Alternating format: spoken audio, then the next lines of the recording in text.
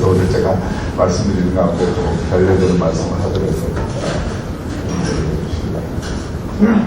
사실 제가 그 작년부터 통합운동을 해야 되겠다라고 생각했어요. 두 가지 이유였습니다. 하나는 대한민국 전체 상황을 볼 때 모든 어느 나라의 전환기에서 그렇지만 그 전환기에 어떤 리더십을 만나느냐에 따라서 흥망성쇠가 달라진다. 그래서 우리가 숱한 역사적 경험치를 통해서 알고 있습니다. 그래서 제가 보는 입장에서는 지금 대한민국이 복합전환기를 맞고 있다.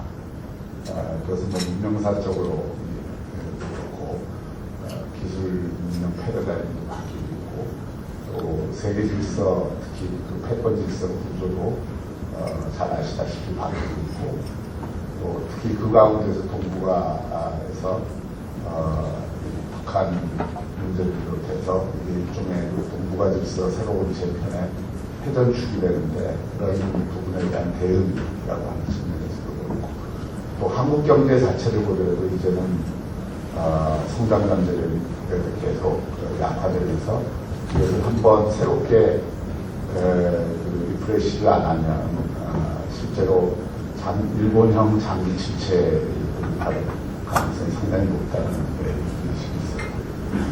또 국민들 삶의 질을 보더라도 우리나라가 많이 좋아졌습니다만 하여튼 그 속에서 많은 분들이 이 삶의 질을 경험하면서 또 그것이 불안 사회적 경향으로 나타나고 있고 이런 문제들을 이제 좀 복합적으로 해결하려면 리더십이 굉장히 중요하다. 우리 대한민국이 그런 리더십 덕분에 1940년대 후반에 그래도 이승만 리더십 때문에 오늘의 대한민국 이렇게 기초가 만들어졌고 또 60년대 70년대 박정희 리더십 덕분에 다양한 그 당시 발전에서 우리 갈 길이 있었는데 박정희 리더십이 택했던 수출 주도형 공업화라든지 70년대 중화공업화라든지 이런 전략이 매우 주요를 해서 또 소위 우리 전문 용어로는 발전국가 모델이라고 합니다만은 디벨롭먼트 스테이트 모델이 주요해서 대한민국이 경제 발전을 놀라운 경제적 신화를 거둘 수 있었던 거고 또 그 기초 위에서 우리가 민주주의까지 성취를 할 수 있었던 거라고 봅니다. 어쨌든 이 그 전환기에 우리나라에서도 그렇지만 최근 다른 나라들을 보더라도 제가 이제 우리나라하고 비교할 수 있는 몇몇 이런 전환기의 리더로 생각할 수 있는 사례들이 예를 들어서 이스라엘 같은 경우 원래 이스라엘이 잘 아시겠지만은 공동체적 결속이 상당히 강해서 사회주의적인 성격이 굉장히 강한 체제를 70년대까지 유지해 왔습니다. 그런데 80년대 초에 노동당 출신의 페레스 총리가 일종의 대전환을 해내죠. 그 대전환을 위해서 페레스 총리라는 사람이 총리도 여러 번 하고 대통령까지 한 사람인데 그 자신이 굉장한 철학자이자 이론가이자 전략가입니다. 그래서 이 양반이 주도를 해서 소위 83년에 이스라엘의 대전환, 그 대전환의 방향은 바로 이 시장경제, 자유시장경제와 혁신경제로의 대전환입니다. 그걸 위해서 노동당 총리였던 페레스가 노사정을 다 모아서 3박 4일의 대전환 회의를 통해서 사회적 정치적 합의를 이루어내고 그때부터 이스라엘이 혁신경제, 창업국가 모델로 새로 전환을 해서 오늘의 이스라엘이 됐죠. 지금 이스라엘은 뭐 잘 아시다시피 미국의 유수한 유니콘 기업이나 세계적인 글로벌 기술 혁신 기업들이 전부 이스라엘 없으면 지금 굴러가지 못할 정도로 엄청난 가치 체인 속에 중요한 위치를 차지하고 있습니다. 그것이 페레스의 그런 대전환이 없었으면 불가능했을 겁니다. 90년대 중반에 이스라엘의 국민소득이 1만 5천 불 조금 넘었었는데 지금 이제 4만 5천 불 넘어서 5만 불 시대로 곧 진입을 하는데 그리고 그거보다 더 부러운 것은 그 이스라엘이 갖고 있는 아주 튼튼한 그 혁신경제의 생태계와 시스템입니다. 뭐 그것은 비근한 예로 싱가포르도 마찬가지죠. 지도자의 해안이 그 조그만 도시국가를 6만 불 국가로 만드는데 매 순간순간마다 시대의 흐름을 읽고 그 흐름 속에 선도하려고 하는 그런 리더십이 발휘됐다는 것을 우리가 경험적으로 역사적 사례를 통해서 알고 있습니다. 또 독일의 슈레더 총리 같은 경우 그도 역시 사회민주당 총리이지만 독일이 90년대 후반 2000년대 초반에 노동시장의 경직성과 경제 전체의 침체, 독일 통일의 후유증이기도 하지만 그런 어떤 과정에서 소위 그 유명한 노동개혁을 주도해서 자기는 정권을 뺏겼지만 그 뒤에 메르켈 총리가 그걸 이어받도록 해서 오늘날 그 독일이 2000년대에 프랑스하고 비교할 때 독일은 한번 큰 도약의 전환을 했고 프랑스는 2000년대 초반부터 침체를 거듭해서 오늘날 그 한 20년 늦게 지금 마크롱 그 대통령이 개혁을 추진하고 있는 거죠. 이미 어느 정도 저는 뭐 때는 조금 늦었지만 그래도 프랑스도 그 덕분에 지금 조금 활력을 찾고 있는 거죠. 프랑스 같은 경우에 2008년의 국민소득과 지금의 국민소득이 거의 비슷한 수준입니다. 42,000불 수준. 근데 그 독일의 경우 2000년대 초반에 국민소득이 28,000불 정도였는데 지금 이미 5만 불을 훌쩍 넘었습니다. 그러니까 어떤 전략과 어떤 리더십을 발휘하느냐에 따라서 나라의 그 전환기에 대한 대응이 달라진다는 문제의식을 가졌습니다. 근데 지금 문재인 정권 3년 동안의 이 국정기조나 이 전환기를 대하는 태도, 기본적인 스피릿, 그리고 거기에 따른 이 국가 전략을 검토해 보면 이런 전환기를 지혜롭게 넘기려고 하는 그 태도보다는 훨씬 더 이 국내 정치적 지향이 강해서 어떻게든 국내 정치에서의 어떤 정권을 유지하고 그 강화하고 재생산하려는 그런 쪽에 초점이 맞춰져 있기 때문에 이걸 정치적으로 바꿔내지 않으면 안 된다는 문제의식이 굉장히 강했고 그래서 그 대안적 리더십을 어떻게 만들 거냐 이걸 고민해야 된다는 게 제 첫 번째 문제의식이었고 두 번째는 그렇게 해서 저는 뭐 어차피 보수 쪽에 몸을 담아온 사람이기 때문에 보수 쪽을 돌아보면 정말 조금 참담한 상황이었습니다. 우선 이번 선거도 저는 탄핵의 그늘이 굉장히 짙게 작용한 선거라고 생각합니다. 우리는 탄핵을 이미 거쳤고 다 책임질 거 책임지고 또 그 안에서 그것 때문에 상처를 그 보수진영 전체에서 많이 받고 있지만 일반 국민들의 시각에는 그 탄핵을 가져왔던 정권이라고 하는 데 대한 그 부정적 인식 그런 것들이 굉장히 광범하게 뿌리 있게 남아 있습니다. 특히 젊은 세대로 내려갈수록 그리고 이념적으로는 중도 쪽으로 갈수록 그래서 그런 부분들이 지난 세 번의 2016년 총선은 물론 탄핵 이전입니다만 대선과 지방선거 이번 총선까지 참패로 이어지는데 기저에 있었던 거다. 물론 이번 총선은 지난 지방선거에 비해서는 굉장히 지난 지방선거는 거의 뭐 그냥 90% 자치단체장과 광역의회를 넘겨준 선거였고 그나마 이번에는 하여튼 지난번보다 못하긴 했지만 지난 총선보다 해서 참패를 했지만 그나마 이렇게 그 진치는 남아있는 그런 수준인데 그 세 번의 선거에 쭉 흐르는 아직도 그 영향하에서 큰 그 탄핵의 그늘이라고 하는 영향하에서 우리가 완전히 벗어나지 못했다. 제가 작년에 이제 그 문제의식은 하나는 탄핵으로 인한 보수의 분열 이게 이제 제일 문제가 되는 거고 또 하나는 탄핵 이후에 이 보수나 또는 중도 보수가 어떤 식으로 어떤 방향으로 이게 재건이 돼야 되느냐 어떤 혁신을 이루어야 되느냐 이 두 가지 문제의식이었습니다. 일단은 분열을 극복해야 되는데 그 분열을 어떻게 극복하느냐를 둘러싸고 또 치열한 논쟁과 또 그 속에서 서로 감정적 골이 깊어지는 측면이 있었고 또 한편으로는 재건을 하려면 재건의 가치와 방향, 혁신의 내용 이런 것들이 있어야 되는데 그걸 이제 제대로 담아내지 못하고 있었기 때문에 그래서 제가 이제 작업을 해서 하나의 책을 보수의 재구성이라는 책을 냈었고요. 그리고 뭐 자세히 소개를 못 드리겠습니다만 그걸 이번에 혁신통합위원회에서 통합 과정에 이렇게 그대로 실어놨습니다. 그렇게 옮겨놨습니다. 앞으로 얼마나 이제 구현될지 모르지만. 그래서 이번에 미래통합당 가치를 자유와 공화와 공정과 그 민주 그 네 가지 가치에서 자유 우선의 공화, 공정, 민주 이것으로 이제 가치를 정립하고 다양한 혁신안들을 만들어서 충분히 아직 구체화는 되지 않았지만 적어도 통합을 하는 과정에서 여러 제세력들이 동의하는 기반을 만들었습니다. 근데 어쨌든 이 두 가지 문제이기 때문에 제가 이거 보수를 다시 한번 통합을 하고 그 통합의 힘을 통해서 혁신을 해야 되겠다. 그러지 않으면 그 통합을 하고 혁신을 하지 않으면 여전히 그 탄핵의 그늘 속에서 새로운 대안적 세력으로 인정받기도 어렵고 새로운 리더십을 만들기도 힘들고 그렇게 되면은 결국 대한민국이 지금 이 복합전환기에 그 표류하는 것을 그 건져낼 수는 없다.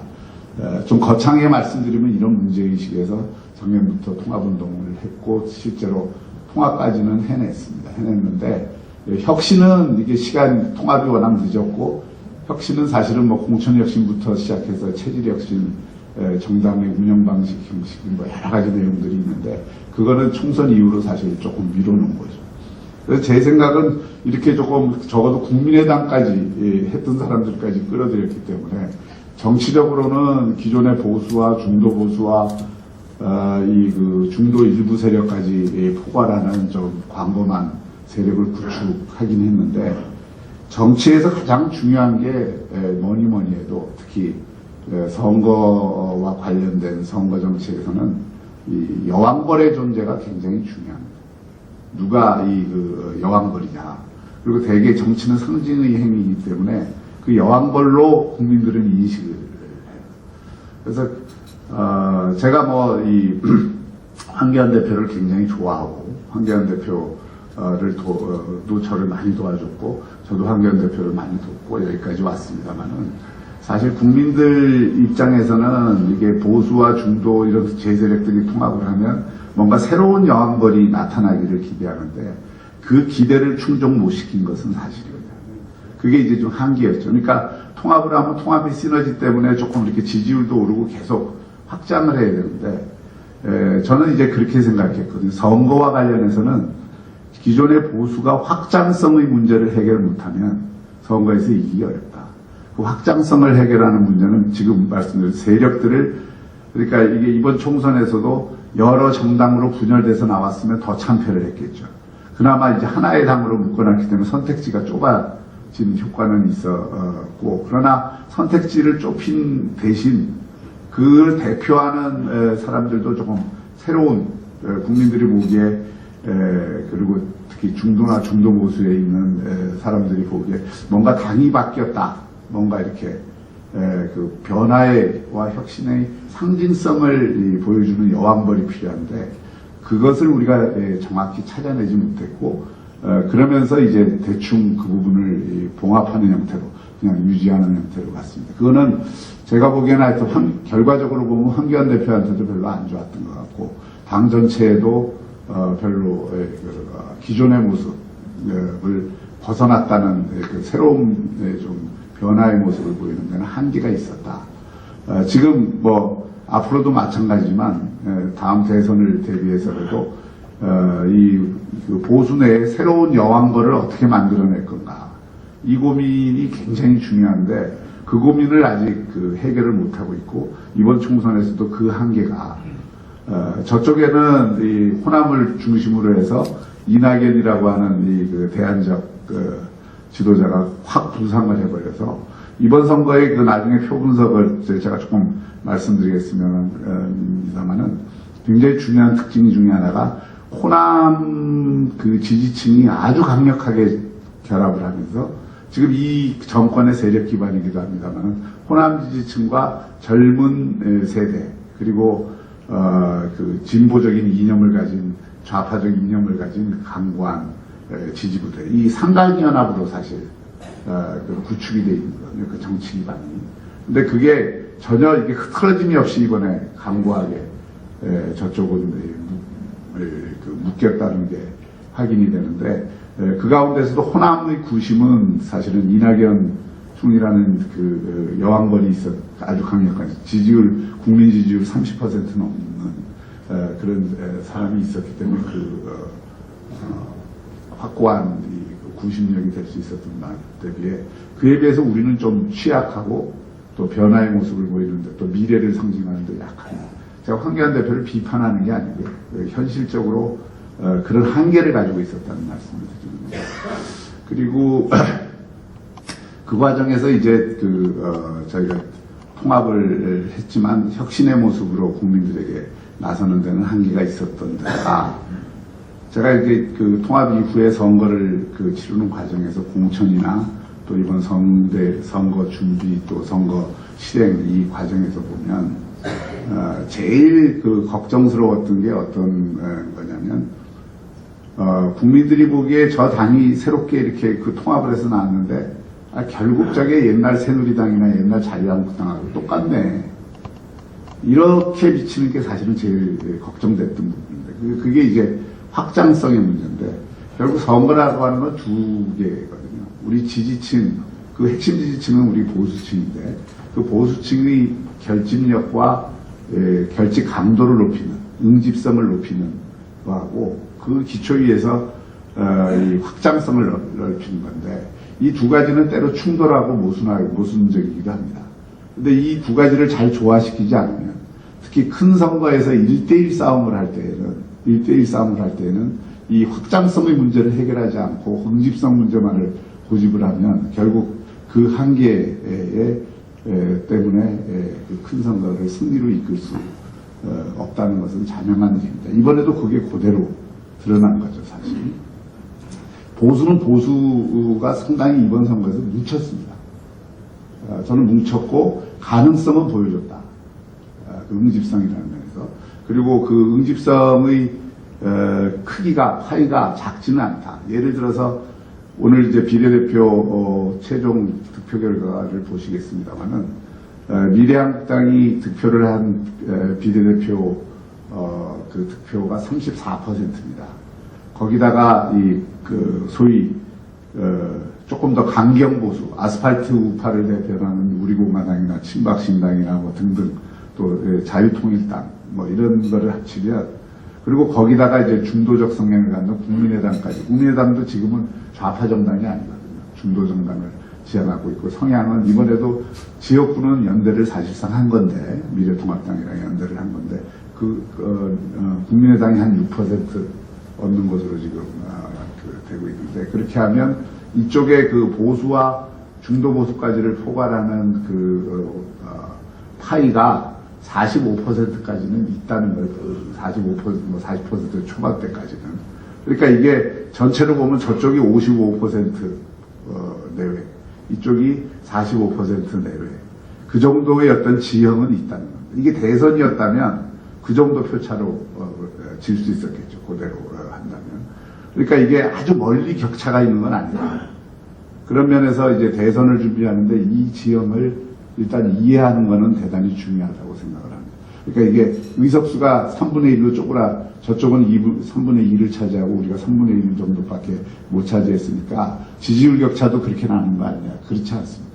이 소선거구제 특성 때문에 소선거구제, 중대선거구제나 뭐 연동형 비례대표를 진짜 제대로 했으면 지금 미래통합당의 의석수가 굉장히 올라갔겠죠. 그런데 이 소선거구제이기 때문에 소선거구제의 특성상 1%를 지든 10%를 지든 오러났은 게임이기 때문에 다 질 수 있는 수도권에서 딱 그 현상이 지금 나타난 건데 비례대표 득표를 보면은 정당 득표에서는 이거는 뭘 얘기하냐면 우리나라 유권자들이 정치의식 지형에서는 물론 이게 굉장히 왼쪽으로 기울었습니다. 그건 인식을 하셔야 돼요.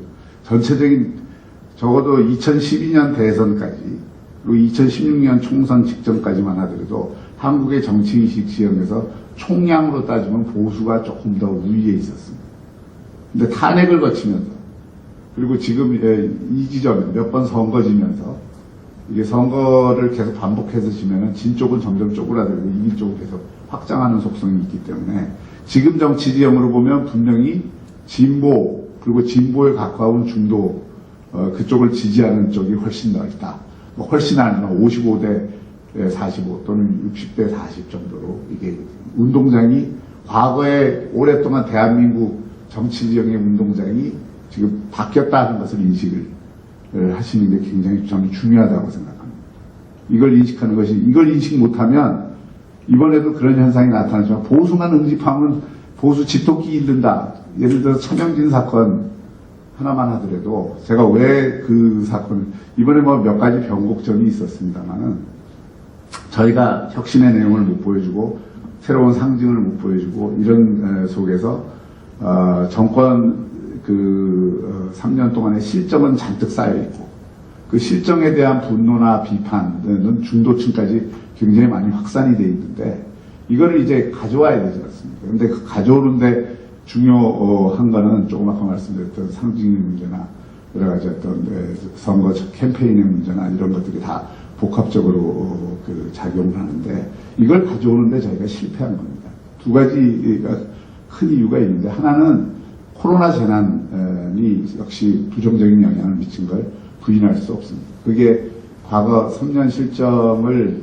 가리우는 효과, 또 그것을 자신들의 마케팅으로 최대한 활용한 집권 여당의 선거공학이 나름대로 주요했다 이렇게 볼 수 있죠. 환경 자체가 굉장히 불리한 환경에서 선거를 치를 수밖에 없었다는 건 그건 뭐 운이죠. 지금 야당은 운일 수밖에 없고 거기 그 구조적인 조건 속에서 선거를 치렀다는 게 아쉬움이죠. 사실은 저희 입장에서는 그것만 없었어도 훨씬 나은 결과를 기대할 수 있었는데 그것 때문에 준 부정적 영향이 뭐 그거를 부정할 수는 있다. 근데 또 하나는 더 문제는 이 확장성의 문제를 제대로 이해하지 못한 일부 보수층들의 행태들입니다. 사실은. 그게 이제 분명히 드러나는 게 저희가 여론조사를 쭉 하지 않습니까?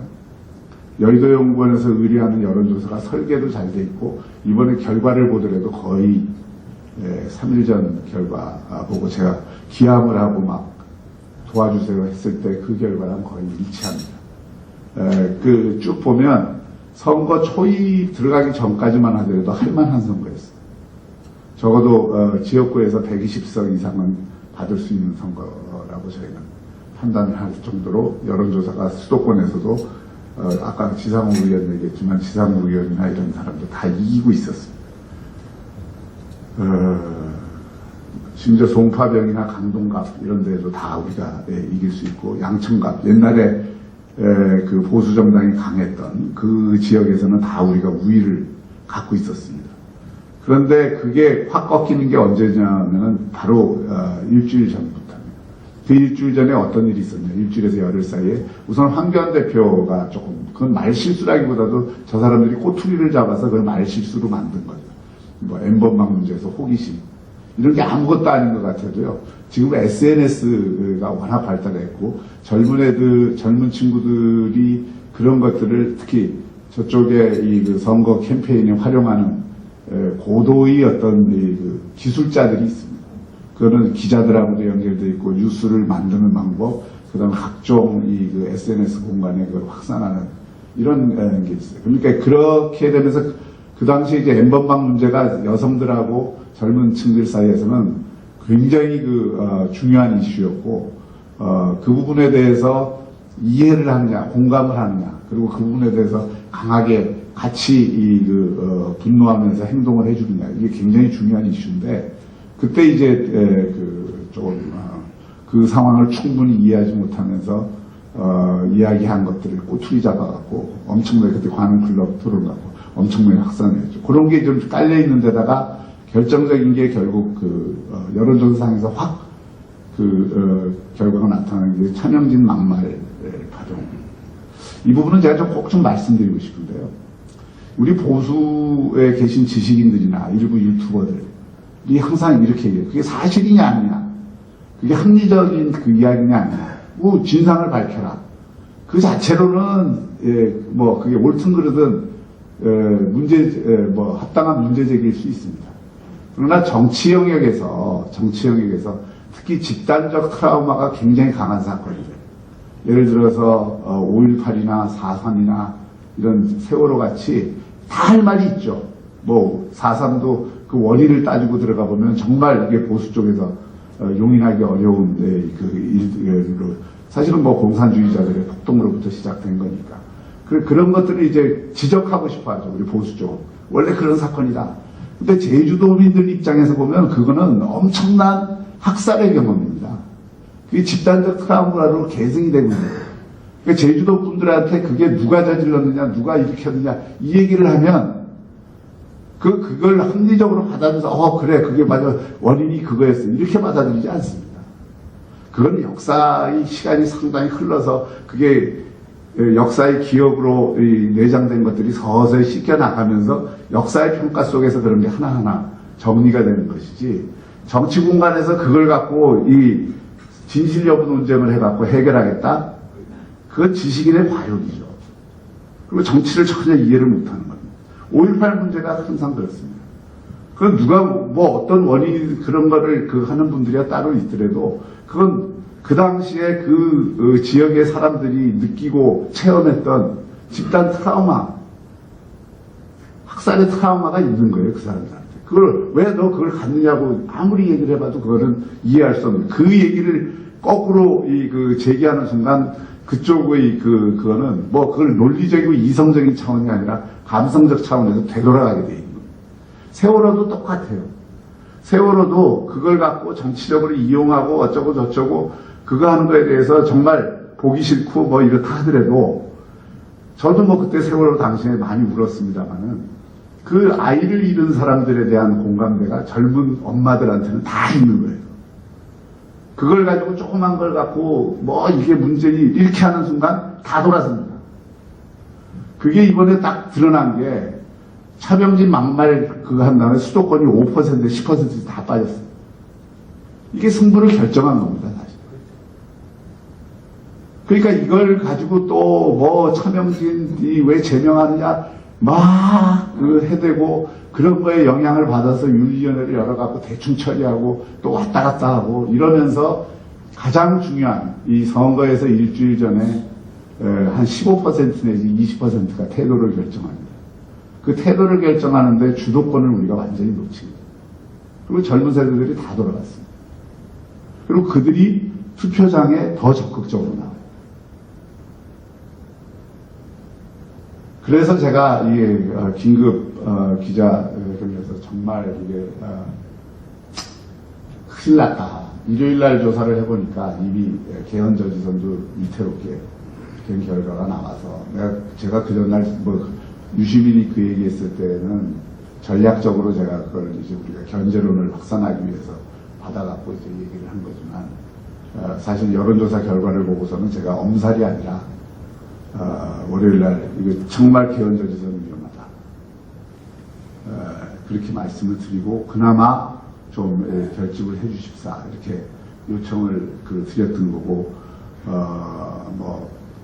시간이 한 2, 3일밖에 없어서 그 상황에서 저희가 할 수 있는 일은 다 했는데 결국 이제 결과적으로 보면 영남에서 결집을 해서 영남에서 어느 정도 효과는 봤습니다. 근데 그게 수도권이나 충청권에는 거의 영향이 없습니다. 이번에 제일 아쉬운 게 사실은 충청, 인천, 수도권인데 충청은 저희가 선전할 줄 알았습니다. 왜냐면 충청 내에는 충청 홀대론도 좀 있고 대전은 사실은 3개 정도는 반드시 우리가 얻어야 되는 데고 인천이 충청도랑 연계되어 있는 지역인데 인천에서도 저희가 4개 정도는 얻어야 되는 지역인데 거기서 다 이제 놓쳐버렸고 수도권에서도 상당히 영향을 많이 받아서 지금 오늘 결과적으로 뭐 한 3, 4% 내에서 또는 5% 내에서 쪽은 지난 선거 캠페인 열흘 동안의 그 부정적 영향이 결국 우리가 그걸 극복하지 못했다. 그걸 극복하지 못한 책임은 물론 이 선거를 주요 치른 저희에게 있습니다. 제대로 대응을 못해서 그런 면도 있고 그렇지만 선거 결과는 어차피 이제 그렇게 났는데 그나마 이제 저희가 개헌저지선까지 뚫리지는 않았다는 것을 불행 중에 그래도 저는 뭐 위로 삼아야 된다고 생각하고요. 과거에 보면은 2008년 그 총선에서 민주당이 80석을 얻었습니다. 그때 민주당이 80석을 얻어서 그때부터 그 사람들은 어떻게 재건할 건가, 또 어떻게 다음 대선을 준비할 건가, 총선을 준비할 건가에 대해서 굉장히 체계적으로 연구를 하고 전략적으로 움직여 왔습니다. 그것이 이제 2012년 총선에서는 상당히 회복을 하고 대선에서는 거의 근접한 형태로 가고 결국 2017년에 정권을 잡았죠. 그러니까 지금 이제 비록 총선에서 대패를 했지만 뭐 늦었다고 생각할 때가 어떻게 보면 제일 빠를 수 있다고 생각합니다. 지금 저희가 이제 통합혁신위원회에서 그 혁신안으로도 제기를 해놓은 것이긴 합니다만은 제가 선대위원장 맡아서 이 당 안에 들어가 보니까 이게 조금 죄송스러운 말씀이지만은 당이 굉장히 관료화되어 있습니다. 그리고 이게 당이라고 하는 건 일종의 캠페인 조직으로 그야말로 기마병처럼 움직여야 되는데 아주 오래된 보병 조직처럼 당이 되어 있습니다. 상대적으로 보면 민주당 같은 경우에 제가 그 기사를 보고 깜짝 놀랐는데 2년 전부터 민주정책연구원이 중심이 돼서 빅데이터를 이용해서 각 지역별로 유세를 사람들이 많이 모이는 지점들이 어딘가를 그 빅데이터로 분석을 해서 그 후보자들한테 아침 9시에는 어디, 뭐 아침 9시에는 광흥사, 뭐 10시에는 어디 이마트, 뭐 이런 식으로 다 지침을 줬다는데 그렇게 유세를 하는 팀하고 그냥 평소 그냥 경험으로 왔다 갔다 하면서 유세하는 거하고 유세 효과가 엄청나게 다를 수밖에 없죠. 그걸로 톡톡히 재미를 봤다. 이런 기사를 보면서 이게 차이다. 그러니까 선거공학이나 선거를 준비하는 캠페인 전문성에 있어서 이미 보수는 비분관계를 잘하고 이렇게 그 행정적으로 일처리는 잘할지 몰라도 그런 어떤 캠페인의 그 전략에서는 굉장히 많이 뒤처져 있구나 하는 것을 이번에도 제가 좀 느낄 수 있었어요. 그래서 사실은 이 당을 전문 정당화해야 됩니다. 지금은 의원들이 그 의원직이라는 걸 가지고 당의 최고 의사결정기구에도 들어가고 그거는 뭐 조금 불가피합니다만 사무총장도 의원이 맡고 전략기획본부장도 의원이 맡고 홍보본부장 가끔 뭐 전문가를 쓰기도 합니다만 그리고 여의도연구원이나 이런 싱크탱크도 그냥 의원이 왔다 갔다 하면서 하고 이런 조직 그러니까 정책, 교육, 캠페인 이 세 가지 부분을 총괄하는 게 당인데 원외 정당인데 당이 그런 걸 하는 데 있어서 전문가들을 써서 정말 긴 시간을 갖고 준비를 시켜야 되는데 그러지 않고 그냥 그때그때 의원들이 자기 뭐 이렇게 그 명함 한 번 키우고 당내 권력을 조금 향유하는 그런 자리로 이걸 활용하다 보니까 당의 전문화가 굉장히 지금 늦어져 있다. 그래서 저희가 혁신안으로 한 게 이걸 CEO 개념으로 바꿔라, 사무총장 개념으로. 그래서 당을 뭐 최고의사결정기구야 원내외가 같이 한다 하더라도 사무총장이나 뭐 전략기획본부장이나 홍보본부장이나 이런 어떤 체계에서 또 여의도연구원장이나 이런 건 왔다 갔다 하는 자리가 아니라 그야말로 그 전문성을 갖는 사람들이 충분히 그 시간과 이 자원을 가지고 할 수 있도록 만들어 주자. 그래서 그 당의 전문정당화 방안을 이미 저희가 혁신안으로 내놨습니다만 이번 총선 끝났으니까 앞으로 이제 그 비대위가 구성이 돼서 혁신을 하지 않을 수 없는데 그 점이 저는 굉장히 중요하다고 생각합니다. 그러면 여기서는 그 당을 한편으로는 이제 미래 세대를 키우는 그 교육 기능도 또는 청년 정당화도 해야 되지만 정책도 좀 제대로 하고 또 캠페인 특히 캠페인에 있어서 전문성 그리고 과학성을 높이는 데 굉장히 집중을 할 필요가 있겠다. 그래야 대선을 준비할 수 있겠다 이런 생각이 들고요. 또 하나 이제 제가 좀 이번 선거를 치르면서 느낀 점 또 이렇게 사회학자로서 또 정치 사회학자로서 말씀을 좀 드리면 우리 세대가 지금 어떻게 되어 있냐면은 2대2대2대2대2 이렇게 되어 있습니다. 뭐 크게 크게 보면 약간 차이는 60대 이상이 20대, 20%, 50대 이상이 20%, 40대 20%, 30대 20% 뭐 이렇게 돼 있는데, 대개 우리가 보면 보수층이라고 하는 분들의 오디언스, 자기 주변의 사람들은 대개 60대 이상인 경우가 많습니다. 그리고 조금 넘어가면 50대까지 확장이 되죠. 근데 실제로 지금 30대, 40대, 50대, 이번 선거에서도 과거에는 50대가 보수편이었는데 50대가 보수편이 지금은 아니고, 뭐 비등하거나 조금 오히려 50대에서도 지고, 60대에서는 좀 많이 이기더라고요. 40대는 왕창 지고, 30대도 왕창 지고, 그러니까 이길 수가 없는 거예요. 20대는 차라리 아직 말랑말랑하기 때문에 좀 그 편차가 크게 안 드러나는데, 3, 4, 50대가 보수의 입장에서는 적군이 된 거예요. 그 세대 전체가. 그러니까 이걸 극복하지 않고서는 큰 선거를 이길 수가 없습니다. 근데 이걸 극복하기 위해서는 좀 전에 말씀드렸던 이 체질과 행태를 혁신하는 문제도 있지만, 이 사람들에게 어떻게 이 매력 있는 정당이 될 건가, 또 그 사람들에게 어필할 수 있는 인물들을 어떻게 지도자 대열에 포함시키고 또 만들 것인가, 이걸 굉장히 집중적으로 연구하고 만들어내지 않으면 안 됩니다. 이 세대의 특성이 뭐 여러 가지 있지만, 물론 이 세대 가운데서도 보수층들이 있고, 한 30% 정도의 보수층, 또는 한 40%까지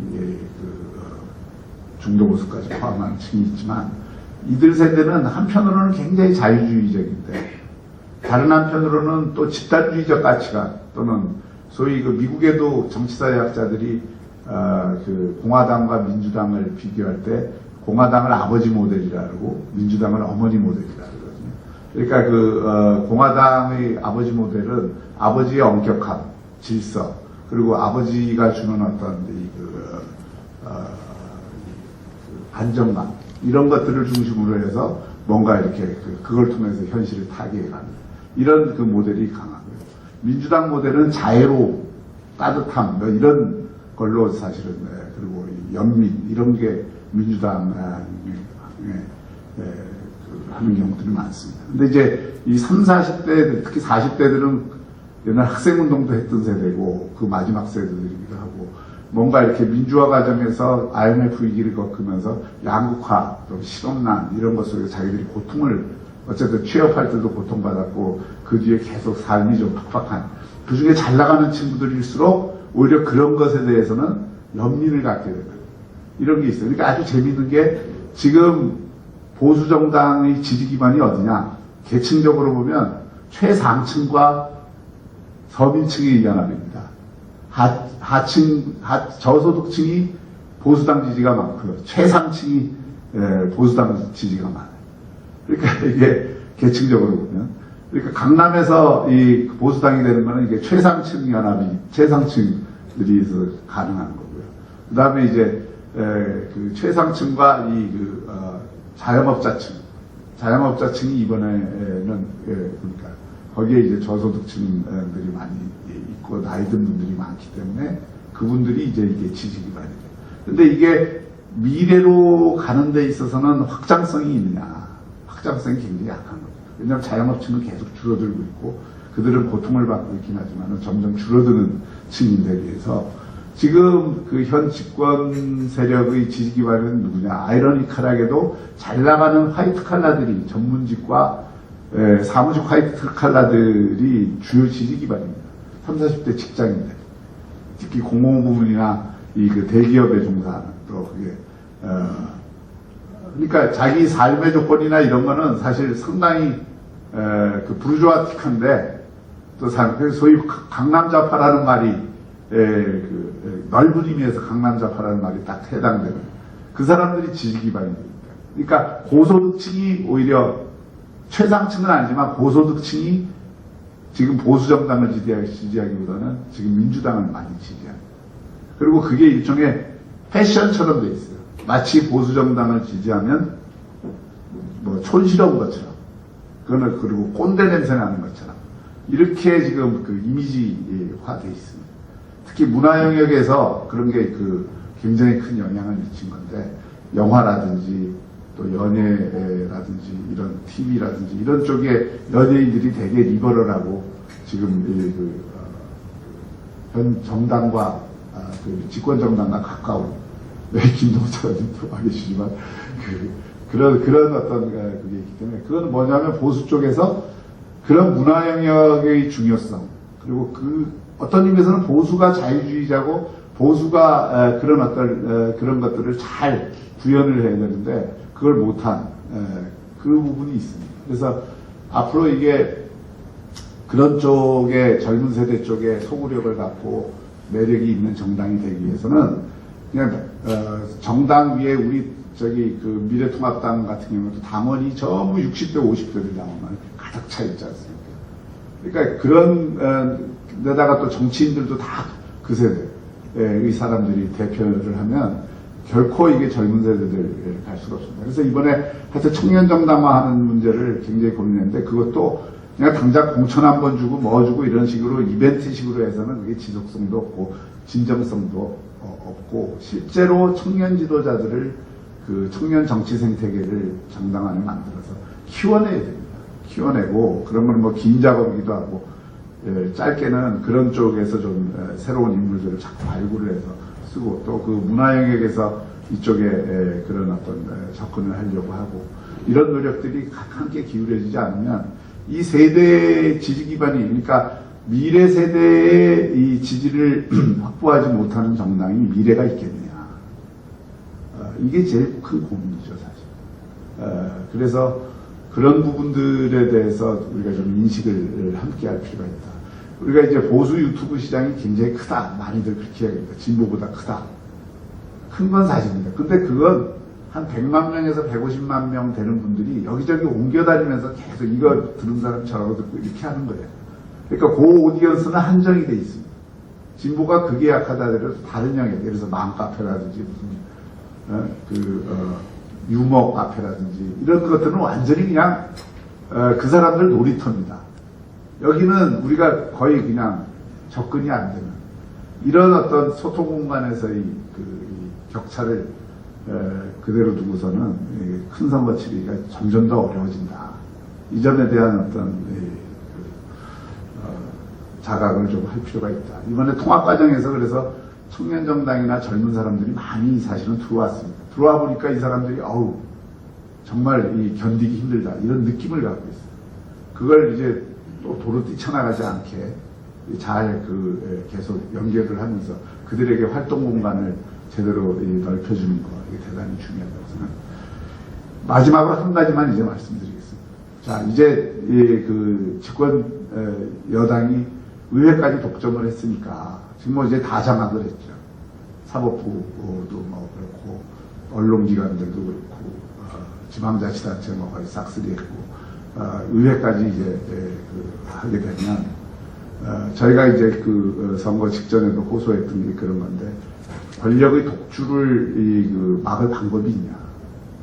그리고 그 권력의 독주가 뭐 긍정적이고 올바른 방향 속의 독주는 그나마 그래도 괜찮은데 그러지 않고 잘못된 방향으로 독주를 하게 되면 정말 그 나라의 미래에 엄청난 좋지 않은 영향을 줄 수 있다는 경각심을 안 가질 수가 없는데요. 그러니까 이 부분에 대해서는 비록 선거에서 실패를 했지만 야당의 입장에서 특히 코로나 위기 극복, 이건 경제 위기 극복인데 거기에 대해서 지금 과거 방식이 아니라 이것은 정말 이게 대안을 함께 제시하고 그것을 주도하는 모습을 계속 보여야지.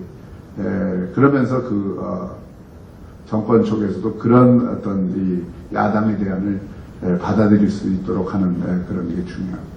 대신 이제 이 커진 힘을 바탕으로 해서 자신들의 비리를 감추거나 또는 자신들 지금 뭐 윤석열 총장도 곧 어떻게 될지 모르고 거기서 지금 수사하고 있던 내용들 이런 것들 다 어떻게 될지 모르는데 그런 부분들은 야당으로서 날카롭게 드러내고 그 국민들에게 분명하게 알리면서 이 비판을 하는 그런 그게 필요하다고 생각을 합니다.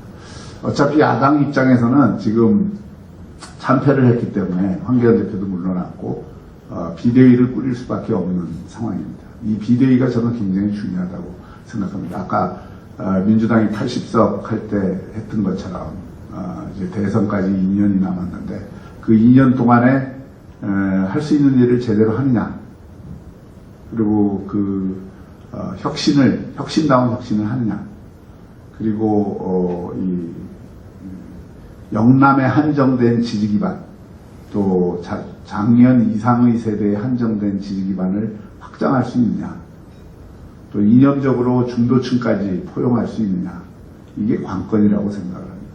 그러니까 여기에 맞는 혁신안을 만들어서 그걸 실천하면서, 그 실천하는 건 정치에서는 인물이 하는 겁니다. 인물. 결국 정치적 상징은 사람이기 때문에 그 사람들을 얼마나 제대로 발굴을 해서 그 사람들을 전면에 내세울 수 있느냐, 이게 관건이라고 생각합니다. 그 작업을 아마 뭐 당장 오늘부터라도 시작을 해서 개원 이전까지는 가닥을 잡아야 그나마 이 국회도 좀 제대로 대응할 수 있고 그 다음 준비도 할 수 있다. 우리가 굉장히 참담하고 이 절망스럽긴 하지만 오히려 잘만 하면 이걸 통해서 상당히 새로운 기회도 만들 수 있다고 생각합니다. 실제로 이번 공천을 통해서 또 이번 선거 과정을 통해서 당의 얼굴들이 상당히 많이 바뀌었습니다. 바뀌게 될 겁니다. 그 사람들이 정말 과거의 새누리당이나 자유한국당 국회의원들의 모습으로 다시 재현이 된다면 국민들은 항상 기억을 하기 때문에 그 탄핵을 가져왔던 일들에 대해서 기억을 하고 있기 때문에 그리로 돌아갈 회기성을 보일 가능성이 굉장히 높다. 그래서 지금 앞으로 다음 대선까지 얘기하면서 제일 중요한 기간은 이번 주부터 한 2달, 요 사이가 저는 굉장히 중요할 것 같습니다. 네, 일단 제 말씀은 이것으로 마치겠습니다.